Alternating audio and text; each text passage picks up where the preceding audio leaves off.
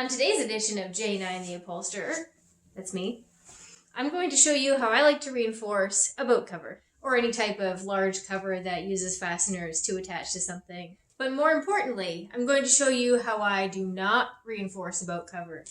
And that's with this stuff. Webbing.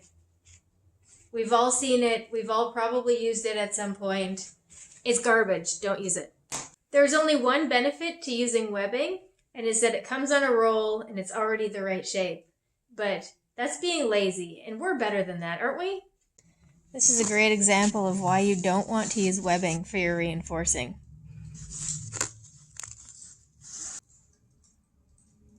And quite often it shrinks too, so the distance between the snaps will get smaller, and it'll become a pain in the butt to put on. And it won't be long before these snaps just start ripping through the fabric on the cover. Garbage. The material that I use most commonly is just this heavy-duty tarp material. There are probably a million different types that you can buy, but anything that's PVC coated, it's reasonably strong, heavy-duty, UV resistant. This stuff is great. We've been using it probably close to 20 years on all things outdoor related. We make fire truck tarps with it. We use it to reinforce our boat covers. We use it for a lot of things. And we have never, ever had a problem with it. Not once. This is what it looks like in my supplier book. Those are the specs on it. Availability of this will vary greatly depending on where you are. If you're in Canada, we purchase from Ennis Fabrics. That's where this stuff comes from. If you're in America or anywhere else, it could be a different supplier, but anything similar will be pretty much the same. Another great option is this Top Gun material, or anything similar.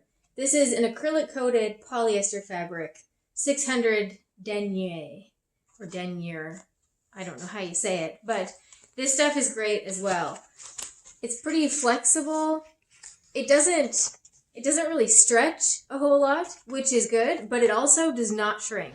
Pro tip, if you cut it into 2-inch strips or whatever size you commonly use, it's easy to stash it beside your sewing machine and just pull one out when you need one, and you're ready to reinforce like a pro. While these come in handy, they don't work for every piece that you need to reinforce, because not everything that I work on has a straight edge, and it's probably the same for you too. So these are great, but I'll also show you what I do. When the edge looks like this, it adds an element of creativity. This tonneau cover we're making has a lot of areas like this that you can't use those straight strips on. So I will take this and slide it underneath and trace it.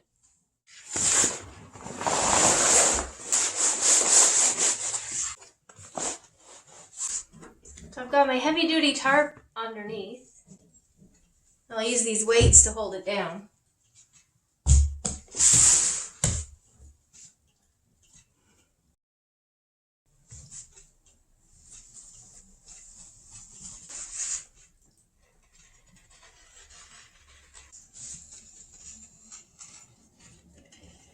This will have a stitch about 2 inches away from the edge.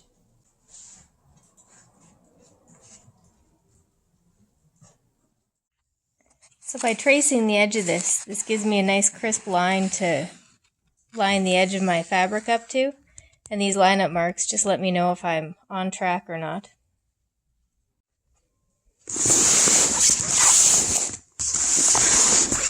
I can slide this out of the way and trim an oversized piece, making sure I have enough excess to sew my second stitch.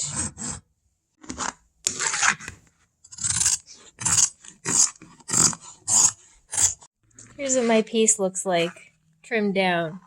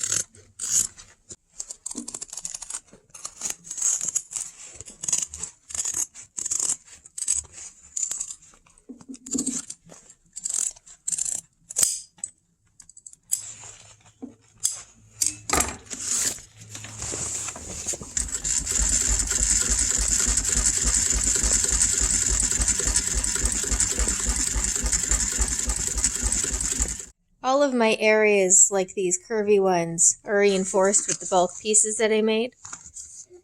And these straighter sections all have a strip sewn on, a pre-cut strip that I have. So this whole cover is reinforced now with a perimeter stitch. So my next step is to sew the second stitch in from there, and then I'll come along and trim the excess off of areas like these. I've determined a spot on my sewing machine here with the pencil line where I can line my edge of the cover up with, and that'll ensure that my stitch lines up in the right spot on the back.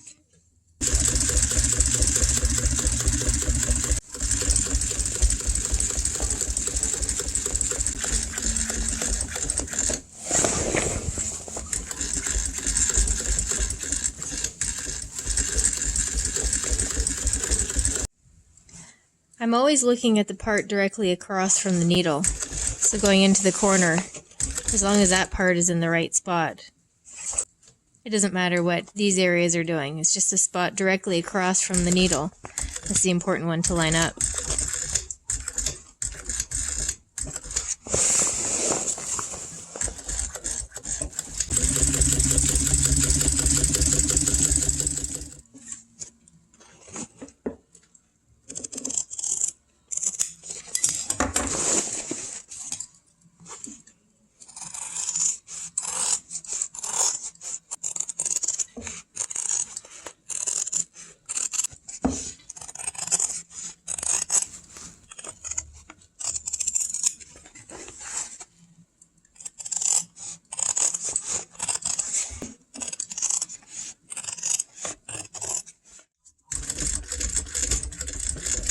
This cover is made out of Sunbrella, which is a solution dyed acrylic fabric, and this binding is a Sunbrella double fold bias binding in 3/4 inch size.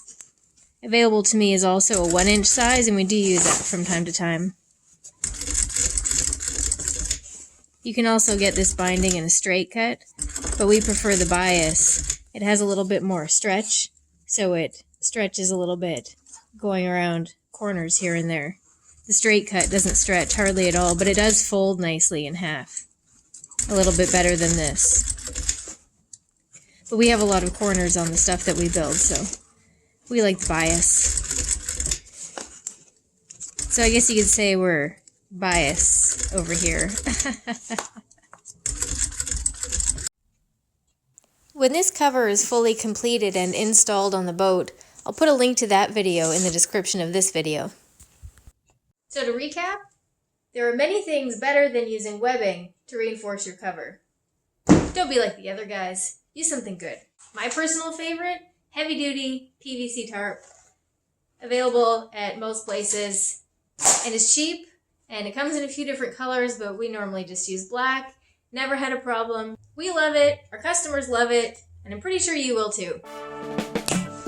Thanks for watching!